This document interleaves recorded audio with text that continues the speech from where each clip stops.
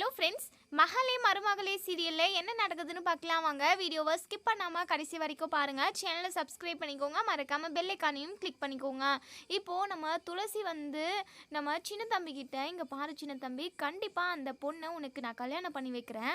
சரி, அந்த பொண்ணோட ஏதாவது ஒரு டீட்டெயில் உனக்கு தெரியுமா? அந்த பொண்ணு எந்த ஊர், என்ன பேர் அப்படின்னு சொல்லிட்டு. இங்கே பாருங்க சின்னம்மா, அதெல்லாம் எனக்கு தெரியாது. ஆனால் அந்த பொண்ணோட ஃபோட்டோ என்கிட்ட இருக்குது. அந்த பொண்ணுவை நான் அம்முன்னு சொல்லி செல்லமாக கூப்பிடுவேன் அப்படின்னு சொல்கிறாங்க. சூப்பர் சின்ன தம்பி. சரிங்க, அந்த ஃபோட்டோவை காட்டுங்க, நான் இப்போவே பார்த்தே ஆகணும். அந்த பொண்ணு ரொம்ப ரொம்ப கொடுத்து வச்சு சின்ன தம்பி, உங்களை கல்யாணம் பண்ணிக்கிறதுக்கு அப்படின்னு சொல்லி நம்ம அதாவது துளசி சொல்லிக்கிட்டு இருக்கவும், துளசி இருங்க சின்னம்மா, இதோ காட்டுறேன் அப்படின்னு சொல்லிட்டு ஃபோட்டோ எடுத்து இங்கே பாருங்க சின்னம்மா, இதுதான் அப்படின்னு சொல்லிட்டு காட்ட வராங்க. அப்போ தான் நம்ம ஷண்பகம் துளசி அப்படின்னு சொல்லி கூப்பிட்றாங்க. சொல்லுங்க அத்தை அப்படின்னு சொல்லவும், உன்னை அபிராமி அக்கா கூப்பிட்றாங்கம்மா, நீ உடனே கிளம்பி வாமா அப்படின்னு சொல்லிட்டு கையோடு கூட்டிகிட்டு போயிடுறாங்க. சின்ன தம்பி, நான் அப்புறமா அந்த பொண்ணோட ஃபோட்டோவை பார்க்குறேன் அப்படின்னு சொல்லிட்டு இங்கே நம்ம துளசி இங்கே நம்ம அபிராமி கிட்ட வரவும், அத்தை சொல்லுங்க அத்தை, எதுக்காக என்னை கூப்பிட்டீங்க அப்படின்னு சொல்லிட்டு. இல்லைம்மா, தீபாவளி வருது இல்லை, அதுக்காக தான் உன்னை கூப்பிட்டேன். சரிங்க அத்தை, அதுக்கு நான் என்ன பண்ண முடியும் அப்படின்னு சொல்லி கேட்கவும், என்ன பண்ணுறதா, ட்ரெஸ் எல்லாம் எடுக்கணும்ல, உனக்கு பிடிச்ச மாதிரி உனக்கு அழகான ட்ரெஸ்ஸை நான் வாங்கி கொடுக்கணும் அப்படின்னு சொல்கிறாங்க. சரிங்க அத்தை, நம்ம கடைக்கு போயிட்டு எடுக்கிறதா இல்லை இங்கே வருவாங்களா அப்படின்னு சொல்லி கேட்கவும், நம்ம கடைக்கு போயிட்டு எடுத்துகிட்டு வந்துடுவோம். எனக்கு தெரிஞ்ச கடை ஒன்று இருக்குது, சூப்பராக இருக்கும் ட்ரெஸ் எல்லாமே. உனக்கு சுடிதார் வேணுமா இல்லை சாரீ வேணுமா, எது வேணுமோ எடுத்துக்கோமா அப்படின்னு சொல்கிறாங்க. சரிங்க அத்தை, நம்ம சின்ன தம்பியுமே கூட்டிகிட்டு போகலாம். வீட்டில் உள்ள எல்லாருக்குமே தானே ட்ரெஸ் பர்ச்சேஸ் பண்ண போகிறோம் அப்படின்னு சொல்லுவோம். ஆமாம்மா அப்படின்னு சொல்லிட்டு எல்லாருமா காரில் ட்ரெஸ் பர்ச்சேஸ் பண்ணுறதுக்காக போகிறாங்க.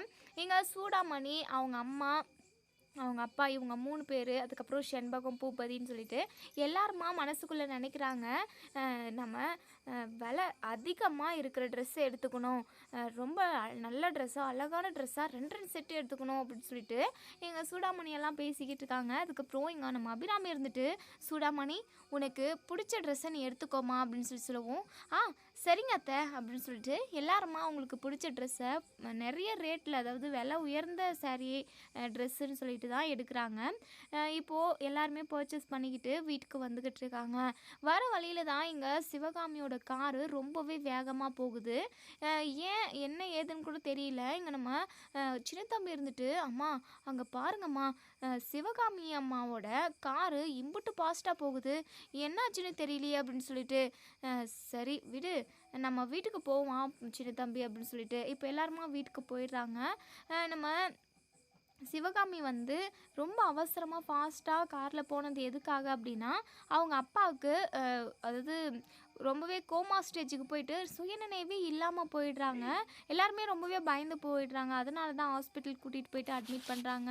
இப்போது டாக்டருமே செக் பண்ணிக்கிட்டு இருக்காங்க. நீங்கள் கவலைப்படாதீங்க, இந்த மாதிரி அடிக்கடிக்கு கோமாவுக்கு போயிட்டு வந்தால் தான் கண்டிப்பாக இவங்க சீக்கிரமாகவே பேசுவாங்க, சீக்கிரமாக உங்களுக்கு சுயநினைவு வந்துடும், இதெல்லாம் ஒரு பிரச்சனையும் இல்லை, நான் ட்ரீட்மெண்ட் பார்க்குறேன் அப்படின்னு சொல்லிட்டு இங்கே செக் பண்ணிக்கிட்டு இருக்காங்க. ட்ரீட்மெண்ட்டும் போய்கிட்டு இருக்கு.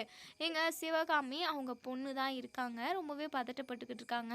சிவகாமியோட பொண்ணு நம்ம அபிராமிக்கு கால் பண்ணி பெரியம்மா அப்படின்னு சொல்லிட்டு நடந்த விஷயத்தை எல்லாத்தையுமே சொல்லவும், இப்போது நம்ம அபிராமி ரொம்பவே வருத்தப்படுறாங்க. அப்பாவுக்கு என்னாச்சு, நான் உடனே கிளம்பி வரேன் அப்படின்னு சொல்லிட்டு நம்ம சிவகாமி, அதுக்கப்புறம் சிவகாமியோட ஹஸ்பண்ட் இப்போது ஹாஸ்பிட்டலுக்கு போகிறாங்க. இப்போது நம்ம அபிராமி போனதுமே சிவகாமி பயங்கரமாக கோவப்படுறாங்க. நீ எதுக்காகடி இங்கே வந்த அப்படின்னு சொல்லிட்டு கோவப்படுறாங்க.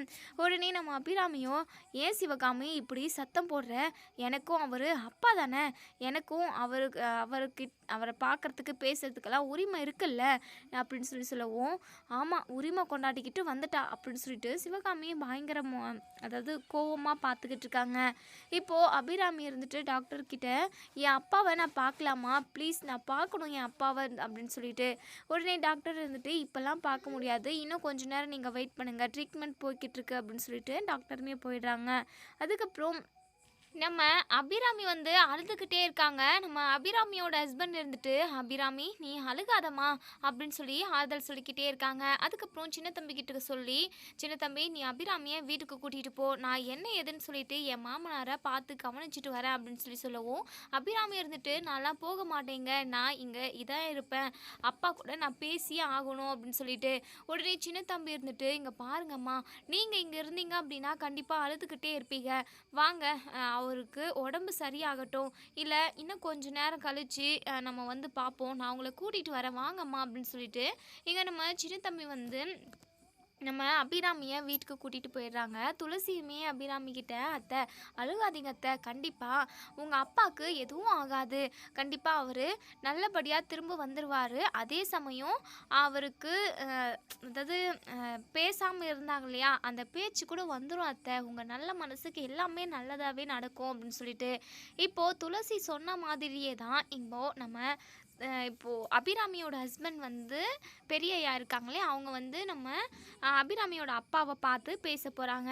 அவங்க அப்பா வந்து அவ்வளோவா திரும்பலை, இருந்தாலும் ஓரளவுக்கு பேச ட்ரை பண்ணுறாங்க. உனக்கும் அபிராமிக்கும் நான் மிகப்பெரிய துரோகம் பண்ணிட்டேன், என்னை மன்னிச்சிடுங்க அப்படின்னு சொல்லிட்டு சொல்கிறாங்க. "என்ன மாமா நீங்கள் பெரிய பெரிய வார்த்தையெல்லாம் சொல்கிறீங்க, இப்படியெல்லாம் நீங்கள் பேசலாமா? வேண்டாம் மாமா, என்கிட்டலாம் இப்படி பெரிய பெரிய வார்த்தை பேசாதீங்க" அப்படின்னு சொல்லுவோம்.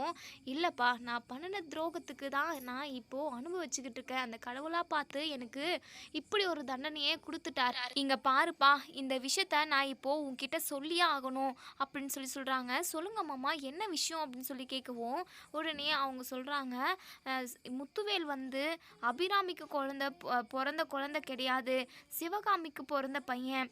அதே சமயம் அபிராமிக்கு பிறந்த பையன் இப்போது உயிரோடு தான் இருக்கான். நம்ம வீட்டில் வெள்ளைத்தாயி வேலை செஞ்சுக்கிட்டு இருந்தா அவகிட்ட தான் நான் அந்த குழந்தைய கொடுத்து அனுப்பிட்டேன்" அப்படின்னு சொல்கிறாங்க. "என்ன மாமா சொல்கிறீங்க" அப்படின்னு சொல்லி கேட்கவும், "ஆமாப்பா, சிவகாமியோட பையன் நல்லா வசதியாக நாச்சியார் குடும்பத்துக்கே முதலாளியாக அந்த வளநாட்டுக்கே ஜமீனாக இருக்கணும்னு சொல்லிட்டு நான் ஆசைப்பட்டேன்.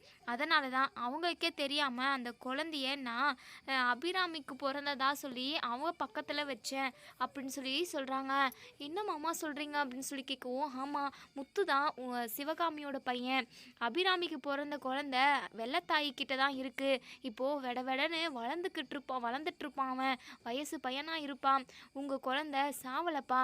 அந்த வெள்ளத்தாயி எங்கே இருக்கான்னு சொல்லி நம்ம கண்டுபிடிச்சிட்டோம் அப்படின்னா நம்ம குழந்தையையும் நம்ம கண்டுபிடிச்சிடலாம்" அப்படின்னு சொல்கிறாங்க.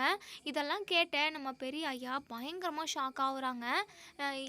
அப்படியே கண் கலங்குறாங்க. அப்போது என் பையன் உயிரோடு தான் இருக்கானா? அது மட்டும் இல்லாமல் முத்து சிவகாமியோட பையனா?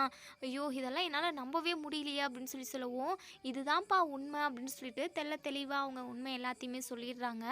அதுக்கப்புறம் மயக்கமாயிடுறாங்க அவங்க. நம்ம பெரிய ஐயா வந்து பயங்கர அதிர்ச்சியில் தான் இருக்காங்க. இந்த விஷயத்த உடனடியாக அபிராமி கிட்ட சொல்லணும் அப்படின்றதுக்காக நம்ம பெரியய்யா வந்து அபிராமி கிட்ட வந்துக்கிட்டு இருக்காங்க.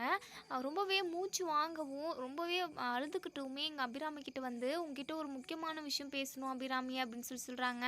இதை கேட்டதுமே நம்ம அபிராமி இருந்துட்டு, "ஏங்க, எதுக்காக இப்படி மூச்சு வாங்குறீங்க? எதுக்காக இப்படி பதட்டமாக இருக்கீங்க? அது மட்டும் இல்லாமல் கண்ணெல்லாம் கலங்கிருக்கு, அழுகுறீங்களா? ஏங்க என்னங்க விஷயம் அப்படி" அப்படின்னு சொல்லி கேட்கவும், "நம்ம குழந்த சாவலை" அப்படின்னு சொல்கிறாங்க. "ஏங்க எனக்கு ஒன்றுமே புரியலைங்க" அப்படின்னு சொல்லவும், "இல்லை அபிராமி, அது வந்து முத்து இருக்கான்ல, முத்து இப்போது இறந்துட்டானே, நம்மளை விட்டுட்டு போயிட்டானே அவன்." "ஆமாங்க, அதெல்லாம் எதுக்காக இப்போ பேசிக்கிட்டு இருக்கீங்க? முத்து நமக்கு பிறந்த குழந்தை இல்லை, சிவகாமிக்கு பிறந்த குழந்தை" அப்படின்னு சொல்கிறாங்க. இதை கேட்டதுமே அபிராமி இருந்துட்டு, "என்னங்க சொல்கிறீங்க" அப்படின்னு சொல்லி கேட்கவும், "ஆமாம் அபிராமி, இப்போ தான் உன் அப்பா எல்லா உண்மையுமே என்கிட்ட சொன்னார்.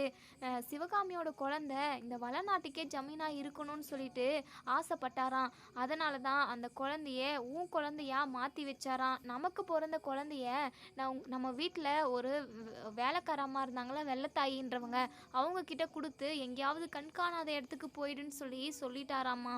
நம்ம குழந்தை இப்போ உயிரோடு தான் இருக்குது. ஆனால் அவன் எங்கே இருக்கானோ என்ன பண்ணிக்கிட்டு இருக்கானோ எனக்கு தெரியல அப்படின்னு சொல்லிட்டு சொல்கிறாங்க. அப்போ தான் துளசி சின்ன தம்பி எல்லாருமே வராங்க.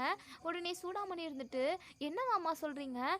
அப்போது முத்து அபிராமி அத்தைக்கு பிறந்த பையன் இல்லையா? அப்போது அபிராமி அத்தைக்கு பிறந்த பையன் இப்போ உயிரோடு தான் இருக்காரா அப்படின்னு சொல்லிட்டு, ஆமாம் சூடாமணி அப்படின்னு சொல்கிறாங்க. நம்ம அபிராமியால் இதை நான் ஏற்றுக்கவே முடியல, இது இருந்தாலும் இதுதான் உண்மைன்ற மாதிரி நம்ம பெரிய ஐயாவுமே சொல்லிடுறாங்க. இப்போது அபிராமிக்கு பயங்கர அதிர்ச்சியாக இருக்குது.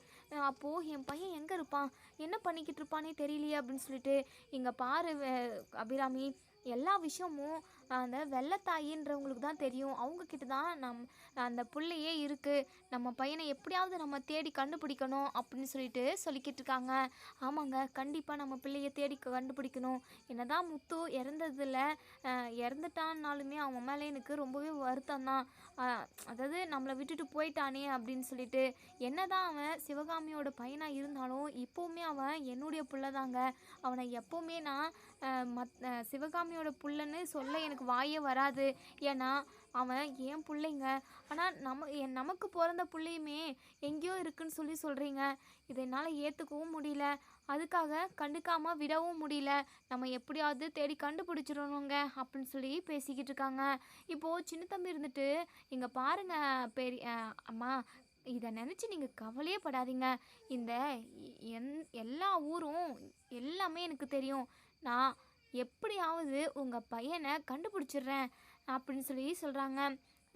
இப்போது அந்த வெள்ளத்தாயோட ஃபோட்டோ, அவங்க ஃபோட்டோ இருக்கா அப்படின்னு சொல்லிட்டு கேட்குறாங்க நம்ம சின்ன தம்பி. இப்போது நம்ம அபிராமி இருந்துட்டு, என்கிட்ட எதுவும் இல்லை, என் அப்பா கிட்ட வேணால் இருக்கும் அப்படின்னு சொல்லிட்டு, சரிங்கம்மா, ஃபோட்டோ மட்டும் எனக்கு வாங்கி கொடுத்தீங்க அப்படின்னா கண்டிப்பாக அவங்கள நான் கண்டுபிடிச்சி உங்கள் பையன் எங்கே இருக்காருன்றதை கண்டுபிடிச்சி கூட்டிகிட்டு வந்துடுவேன் அப்படின்னு சொல்கிறாங்க. சரி சின்ன தம்பி, எனக்கு உமர் நிறையவே நம்பிக்கை இருக்குது. சீக்கிரமாகவே என் பையனை என் கண்ணில் காட்டுவில்லை அப்படின்னு சொல்லுவோம். கண்டிப்பாக அம்மா, எனக்கு ஃபோட்டோவை மட்டும் வாங்கி கொடுங்க அப்படின்னு சொல்லிட்டு. இப்போது நம்ம அதாவது அபிராமியோட ஹஸ்பண்ட் இருந்துட்டு ஃபோட்டோவை கண்டிப்பாக அவர்கிட்டேருந்து வாங்க முடியாது. அவர்கிட்ட இருக்கான்னு கூட எனக்கு தெரியல. ஆனால் எனக்கு அவங்களோட முகம் நல்லாவே ஞாபகம் இருக்குது. இந்த படமெல்லாம் வரைவாங்கள்ல, பிக்சரெல்லாம், அவங்கக்கிட்ட போயிட்டு நம்ம அடையாளத்தை சொன்னோம் அப்படின்னா அதை அப்படியே வரைஞ்சி காட்டுவாங்களாமே.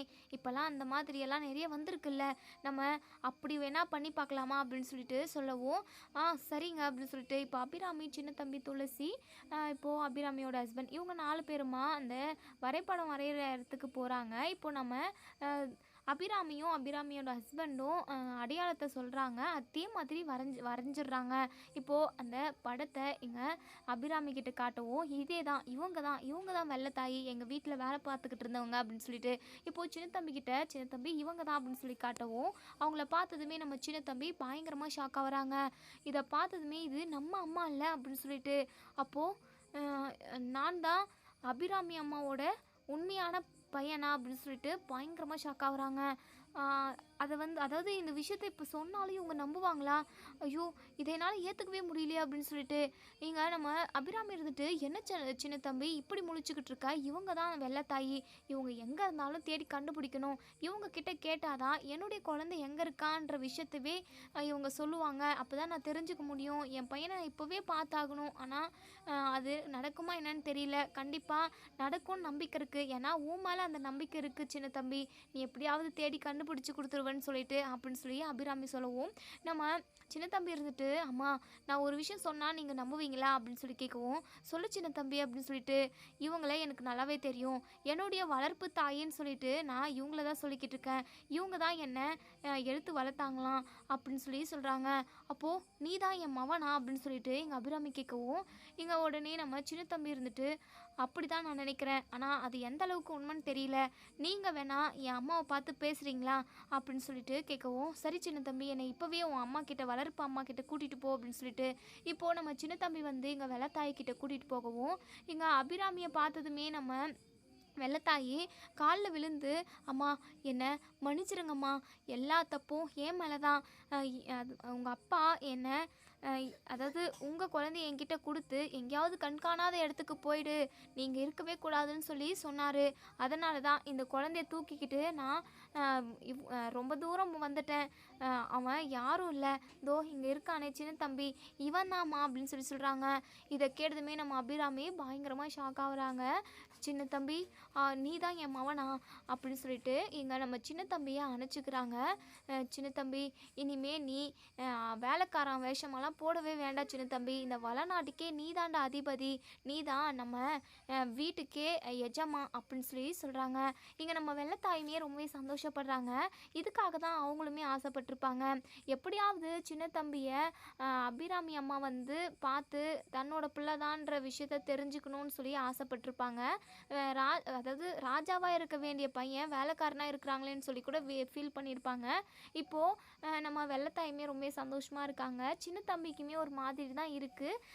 இப்போது நம்ம அபிராமி வந்து சின்ன தம்பி, இனிமே நீ நம்ம வீட்டில் தான் இருக்கணும், எனக்கு பிறந்த பிள்ளடா நீ, உன்னை நான் 10 மாதம் சுமந்து பெற்றிருக்கேன், நம்ம தலைவிதியே என்னமோ நீயும் நானும் பிரிஞ்சிட்டோம் அப்படின்னு சொல்லிட்டு இங்கே நம்ம அபிராமி வந்து சொல்லிக்கிட்டு இருக்காங்க. அதுக்கப்புறம் எல்லாருமா சேர்ந்து வீட்டுக்கு போகிறாங்க. இப்போது நம்ம துளசி இருந்துட்டு, சின்ன தம்பி, உண்மையாகவே உங்களை பார்க்கவே எனக்கு வியப்பாக இருக்குது, இங்கே நடக்கிறதெல்லாம் பார்த்தா எனக்கு ஒரு மாதிரி படத்தில் நடக்கிற மாதிரி இருக்குது சின்ன தம்பி. எப்படியோ நீங்கள் தான் நாச்சியார் அத்தையோட பையன், ரொம்ப சந்தோஷம் அப்படின்னு சொல்லி சொல்கிறாங்க. இப்போது இந்த விஷயத்த எல்லாத்தையுமே வீட்டில் உள்ள எல்லார்கிட்டையும் சொல்லவும் இதை யாருமே ஏற்றுக்க மாட்டேங்கிறாங்க. இப்போது இங்கே செண்பகம் பூபதியெல்லாம் சொல்கிறாங்க, அக்கா இதெல்லாம் எங்களால் ஏற்றுக்கவே முடியாது, இந்த சின்ன தம்பி ஏதோ கதை விடுறான், இவன் இந்த ஜமீனுக்கே ராஜாவாகும்னு சொல்லிட்டு நினைக்கிறான் போல, அதனால தான் இப்படி ஒரு கதையை கட்டி விட்டுருக்கான், இதெல்லாம் எங்களால் நம்பவே முடியாது அக்கா அப்படின்னு சொல்லவும், சூடாமணியுமே ஆமாத்த, இந்த சின்ன தம்பி உங்களை ஏமாத்துறான் அப்படின்னு சொல்லவும், இங்கே பார் சின்ன தம்பி சொன்னதுமே இதை நான் நம்பலை, நான் ஆதாரபூர்வமாக தான் இவன் என் பிள்ளைன்னு சொல்லி நான் தெரிஞ்சுக்கிட்டேன், இவ தான் என் பிள்ளை அப்படின்னு சொல்லி சொல்கிறாங்க. இப்போது துளசி இருந்துட்டு, நீங்களாம் எதுக்காக இப்படி கேள்வி மேலே கேள்வி கேட்டுக்கிட்டு இருக்கீங்க, அதான் சின்ன தம்பி தான் இது நாச்சியார் அத்தையோட பையன் சொல்லி தெரிஞ்சு போச்சு, நீங்கள் எதுக்காக சும்மா அது இல்லை இது இல்லை என்னால் நம்ப முடியாதுன்னு சொல்லி பேசிக்கிட்டு இருக்கீங்க அப்படின்னு சொல்லி நம்ம துளசியுமே சொல்கிறாங்க. அதுக்கப்புறம் நம்ம துளசியும் நம்ம சின்ன தம்பியும் காலேஜுக்கு கிளம்புறாங்க. இப்போது துளசி இருந்துட்டு, சின்ன தம்பி எனக்கு ரொம்ப மனசுக்கு சந்தோஷமாக இருக்குது சின்ன தம்பி, சரி நீங்கள் லவ் பண்ண பொண்ணோட ஃபோட்டோவை காட்டுறேன்னு சொல்லி சொல்லியிருந்தீங்க, காட்டுங்களேன் அப்படின்னு சொல்லிட்டு சொல்கிறாங்க. இப்போது அந்த ஃபோட்டோவை இந்தாங்க சின்னம்மா அப்படின்னு சொல்லி கொடுக்கவும், ஃபோட்டோவை பார்த்ததுமே இங்கே நம்ம துளசி பயங்கரமாக அதிர்ச்சி ஆகுறாங்க. சின்ன தம்பி அப்படின்னு சொல்லிட்டு சத்தமாக சொல்லவும் உடனே நம்ம சின்ன தம்பி காரை ஸ்டாப் பண்ணிடுறாங்க. என்னம்மா ஆச்சு, ஏன் இப்படி கத்துனீங்க அப்படின்னு சொல்லிட்டு, சின்ன தம்பி இந்த ஃபோட்டோவில் இருக்கிறது வேற யாரும் இல்லை, யாரு சின்னம்மா அப்படின்னு சொல்லி கேட்கவும், இது நான் தான் சின்ன தம்பி அப்படின்னு சொல்லி சொல்கிறாங்க. இதை கேட்டதுமே சின்ன தம்பிக்குமே பயங்கர அதிர்ச்சி. என்ன சின்னம்மா சொல்கிறீங்க அப்படின்னு சொல்லிட்டு, ஆமாம் சின்ன தம்பி, இது என்னுடைய ஃபோட்டோ தான், இங்கே பாரு சின்னம்மா, விளையாடாதீங்க, இது நீங்களாக இருக்கிறதுக்கு வாய்ப்பே இல்லை அப்படின்னு சொல்லவும், இல்லை சின்ன தம்பி சத்தியமா இது நான் தான், சின்ன வயசில் நீ என் கூட படித்ததெல்லாம் எனக்கு இப்போ தான் ஞாபகம் வருது சின்ன தம்பி, அப்போது நீயும் நானும் சின்ன வயசில் ஒன்றா படிச்சிருக்கோம், நீயும் நானும் இவ்வளோ க்ளோஸாக இருந்திருக்கோம், நானுமே இந்த விஷயத்தெல்லாம் வார்த்தையெல்லாம் சொன்னேன், உன்னை தான் நான் கல்யாணம் பண்ணிப்பேன் அப்படி இப்படின்னு சொல்லிட்டு, ஆனால் அதெல்லாம் நான் மறந்துட்டேன்ல, உனக்காக நான் வெயிட் பண்ணுவேன்னு கூட நான் சொன்னேன், ஆனால் அதெல்லாம் எல்லாமே மறந்து போச்சு, சாரி சின்ன தம்பி. அப்போது நீங்கள் லவ் பண்ண பொண்ணு நான் தான், நான் அடிக்கடிக்கு உங்ககிட்ட சொல்லிக்கிட்டே இருப்பேன்ல, உங்களை கல்யாணம் பண்ணிக்க போகிற பொண்ணு ரொம்பவே கொடுத்து வச்சவங்க அப்படின்னு சொல்லிட்டு, அது நான் தான் போல அப்படின்னு சொல்லவும், ஐயோ சின்னம்மா நீங்கள் வாயில் போட்டுக்கோங்க, கண்டிப்பாக இப்படி நடக்கவே கூடாதுன்னு நான் நினைக்கிறேன், நீங்கள் முத்து ஐயாவோட மனைவி, இப்படி இருக்கிறப்போ நீங்கள் இப்படியெல்லாம் உங்களையும் என்னையும் சேர்த்து வச்சு பேசாதீங்க சின்னம்மா அப்படின்னு சொல்லவும், இங்கே பாரு சின்ன தம்பி, அதான் முத்து மாமாவே உங்ககிட்ட சொன்னாங்கல்ல, உங்களோட காதலிய தேடி உங்களுக்கு கல்யாணம் பண்ணி வைக்கிறேன்னு சொல்லிட்டு வாக்கு கொடுத்தாருல்ல. அதே சமயம் ஃபோட்டோவை பார்க்குறதுக்கு முன்னாடியே நானும் இதே வாக்கு கொடுத்தேன்ல. அது மட்டும் இல்லாமல் நாச்சியார் அத்தைக்கு நீங்கள் தான் மகன். இப்போது இந்த விஷயத்த நம்ம நாச்சியார் அத்தைக்கிட்ட சொன்னாலுமே கண்டிப்பாக சந்தோஷம் தான் படுவாங்க. இங்கே பாருங்கள் சின்ன தம்பி, நீங்களும் நானும் தான் கல்யாணம் பண்ணிக்க போகிறோம். நீங்களும் நானும் கல்யாணம் பண்ணிக்கிட்டோம் அப்படின்னா கண்டிப்பாக உங்கள் சின்ன ஐயா முத்து இருக்கார்ல, அவரோட ஆத்மாவும் சாந்தி அடையும் அப்படின்னு சொல்கிறாங்க. ஐயோ சின்னம்மா, இப்படி தப்பு தப்பாக பேசாதீங்க சின்னம்மா. நான் இது அம்மா நாச்சியார் அம்மாவுக்கு நம்பிக்கை துரோகம் எப்பவுமே பண்ண மாட்டேன். அவங்க இதெல்லாம் ஏற்றுக்கவே மாட்டாங்க அப்படின்னு சொல்லவும், இங்கே பாருங்கள் சின்ன தம்பி, கண்டிப்பாக எல்லாம் ஏற்றுப்பாங்க. நான் சொல்கிற விதத்தில் சொல்லி புரிய வைக்கிறேன் சின்ன தம்பி அப்படின்னு சொல்லவும், சின்ன தம்பிக்கு இதுக்கு மனசு இடமே கொடுக்கல. இப்படியெல்லாம் பேசாதீங்க சின்னம்மா, கண்டிப்பாக நீங்களாக இருக்கிறதுக்கு வாய்ப்பே இல்லை. இப்படியெல்லாம் பேசிக்கிட்டு என்னென்னு இப்படி ஒரு மாதிரி குற்ற உணர்ச்சிக்கு ஆளாகாதீங்க சின்னம்மா அப்படி இப்படின்னு சொல்லிக்கிட்டு வராங்க. இப்போது என்ன நடக்கும், இதோட இந்த ரிவ்யூ முடியுது. அதுக்கப்புறம் என்ன நடக்கும் அப்படிங்கிறத நம்ம வெயிட் பண்ணி பார்ப்போம் ஃப்ரெண்ட்ஸ். நம்ம துளசி அதாவது சின்ன தம்பி விஷயமா நம்ம அபிராமி கிட்ட பேச போனாங்க அப்படின்னா கண்டிப்பாக அபிராமி துளசிக்கும் நம்ம சின்ன தம்பிக்கும் கல்யாணம் பண்ணி வைப்பாங்க. அப்படி கல்யாணம் பண்ணி வச்சா ரொம்பவே சூப்பராக சிறப்பாக இருக்கும் அப்படின்னு நினைக்கிறவங்க இந்த வீடியோ கீழே சின்ன தம்பி துளசி அப்படின்னு சொல்லிட்டு கமெண்ட் பண்ணி தெரிவிங்க. தேங்க்யூ. வீடியோ பிடிச்சிருந்தா லைக் பண்ணி தெரிவிங்க.